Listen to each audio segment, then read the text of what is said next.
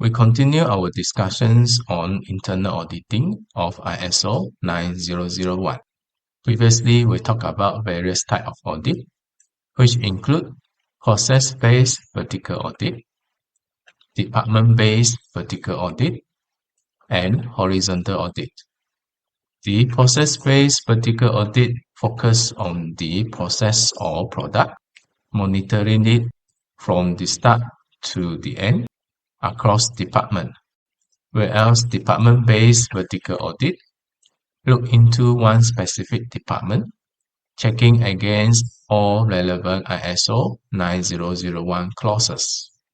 And then the horizontal audit look into specific requirements or clauses across multiple departments to ensure the consistency and efficiency of an organization's fulfilling the clause or requirement. Previously, we talked about their advantages. Process-based vertical audit give a thorough checking on the process or product, whereas department-based vertical audit, you are able to identify the gaps and weaknesses within the department.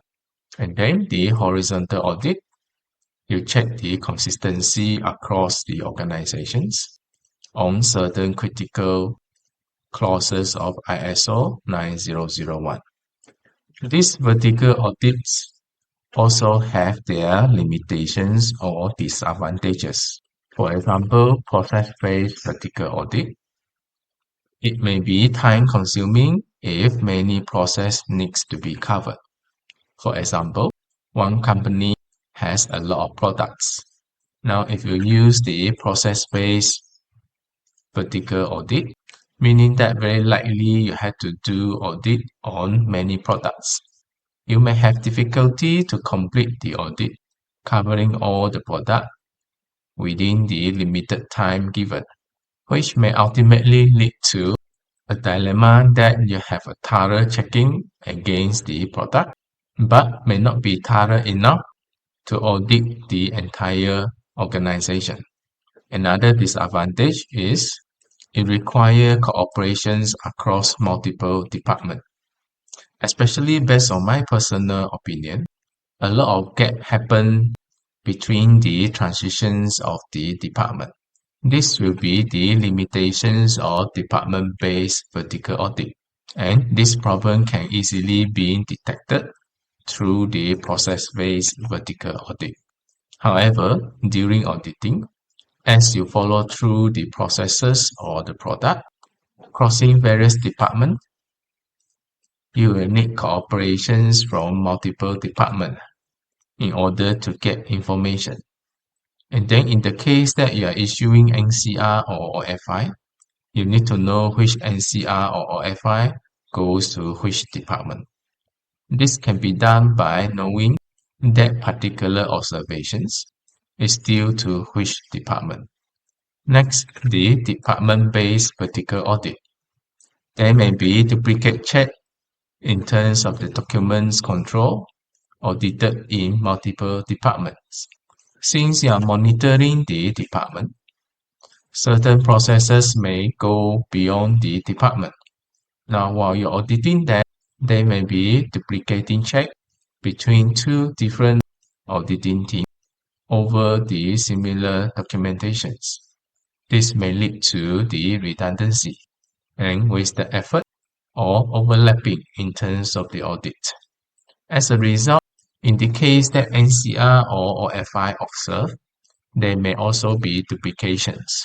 However, this problem can be addressed since you only deal with the department.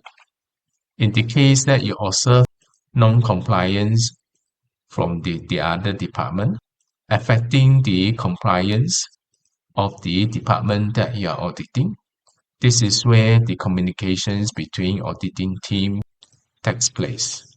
Now, on the other extreme side, you may also overlook the interdepartmental handover because it deals with the other auditing team, especially at the transitions of the product or services between departments. It may end up to be a situation that And both auditing team is expecting the other team looking into that aspect.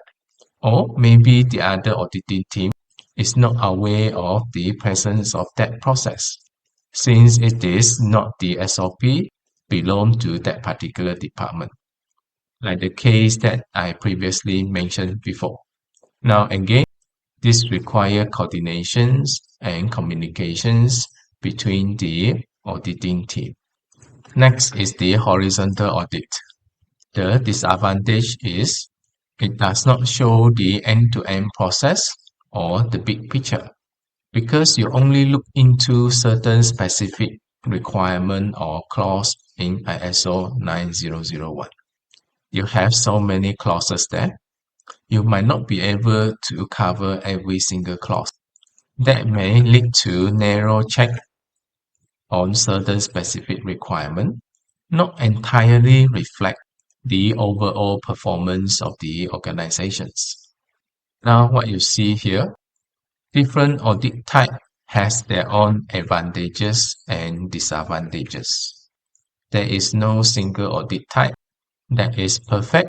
Now, the decisions of selecting the right audit type, it will be depending on the circumstances as well as the strategies of the lead auditor. Probably we can discuss in details on this matter in our next video. Stay tuned.